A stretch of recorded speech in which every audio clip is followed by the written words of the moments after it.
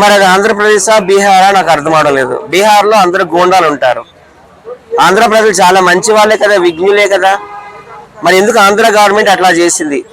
దువ్వాడ శ్రీనివాస్ గారిని 7 days back విచారణ కోసం పిలిచింది. ఎందుకంటే ఆయన అక్కడ ఒక మంత్రిని అలాగే పవన్ కళ్యాణ్ గారిని విమర్శించాడనే ఉద్దేశంతో తీసుకెళ్లారు, విచారణ జరిపించారు. విచారణ 1 hour 2 hours అయిపోవాలి.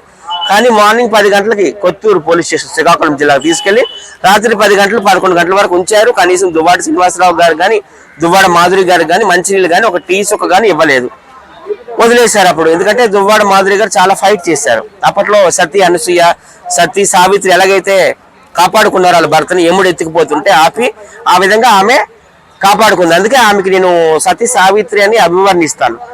అక్కడ కథ సుఖాంతం అయిపోయింది అని అనుకున్నాను నేను. ఎందుకు ప్రభుత్వాన్ని ప్రశ్నించకూడదా? తెలుగుదేశాన్ని ప్రశ్నించకూడదా? తెలుగుదేశం చంద్రబాబు నాయుడు గారు మంచి వాళ్ళే, కానీ ఆ మంత్రులు మంచి వాళ్ళని ఎక్కడ ఉంది? ఏమైనా ఉందా? ఎక్కడైనా ఉందా? రాసిపెట్టి ఉందా? నేను అడుగుతున్నాను. అలాగే జనసేనని కూడా ప్రశ్నించకూడదని ఏమైనా ఉందా అంటున్నాను.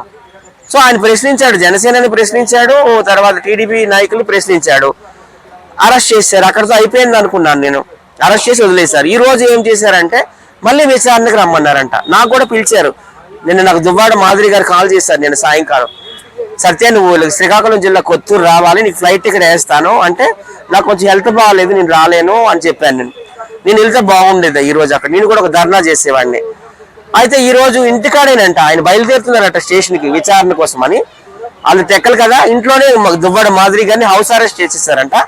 తర్వాత మళ్ళీ ఆయన్ని తీసుకెళ్లారంట విచారణ అని చెప్పి, మధ్యలో ఎక్కడ కిడ్నాప్ చేశారట. కనీసం ఆయన అరెస్ట్ చేసి ఏ పోలీస్ స్టేషన్ లో పెట్టారో, టెక్కల్లో వేశారా, పలాసలో వేశారా, కొత్తూరులో వేశారా, శ్రీకాకుళంలో వేశారా, లేకపోతే విజయనగరంలో వేశారా, ఎక్కడ వేశారో కూడా తెలియడం లేదట. ఇప్పుడు కూడా మాట్లాడాను దువ్వాడ మాధురి గారితో. హౌస్ అరెస్ట్ ఆమె చేశారట. ఏంటి అసలు అది ఆంధ్ర గవర్నమెంటా లేకపోతే బీహార్ గవర్నమెంటా నేను అడుగుతున్నాను చంద్రబాబు నాయుడు గారికి. చాలా తప్పు కదండి. ఆయన ఒక ఎమ్మెల్సీ. ఏదైనా ఉంటే విచారణ ఉంటే అరెస్ట్ చేయాల్సిన అవసరం ఏంటి? కిడ్నాప్ చేయాల్సిన అవసరం ఏంటి?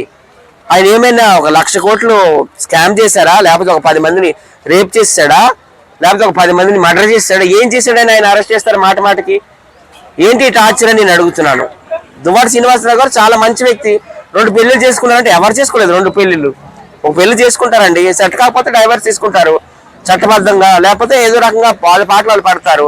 పర్సనల్ విషయాలన్నీ కూడా తీసుకొచ్చి సోషల్ మీడియాలో పెట్టి ఆయన కంపు చేయాలని చూస్తున్నారు.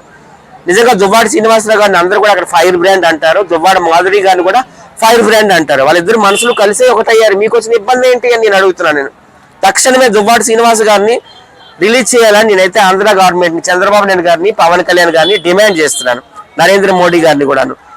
We are all with you Duvvada Srinivasarao గారు అండ్ దువ్వాడ మాధురి గారు. Thank you.